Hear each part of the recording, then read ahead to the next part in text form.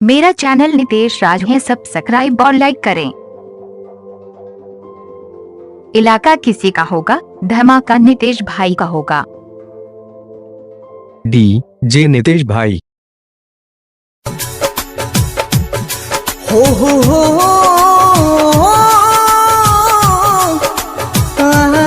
आपका mobile number क्या है?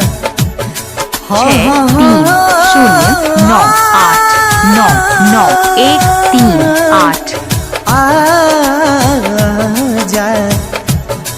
इन लहराताओने दुख तो न बा, इन लहराताओने दुख तो न बा, प्यार का होला उनका बुझा तो न बा, प्यार का होला उनका बुझा तो न बा।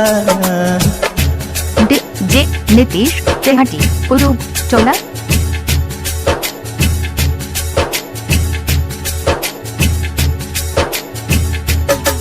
इलाका किसी का होगा, धमाका नितेश भाई का होगा।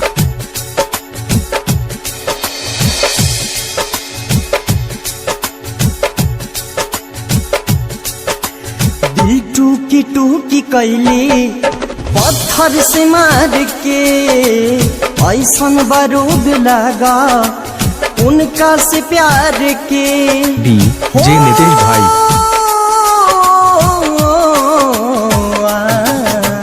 दिल टूकी टूकी कैली पत्थर से मार के ऐसन बारूद लगा उनका से प्यार के।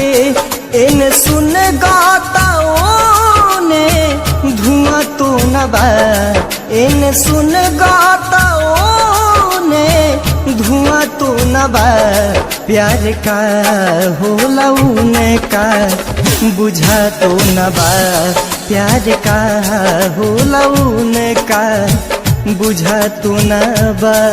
आपका नाम क्या है? डी जे नितेश भाई।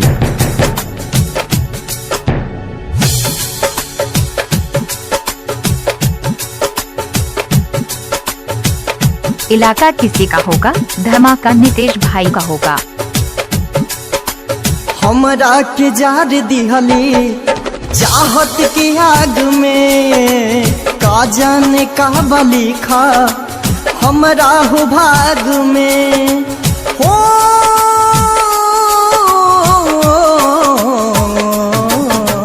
हमरा के जार दिहली चाहत की आग में, का जाने का बलिखा हमरा हो भाग में।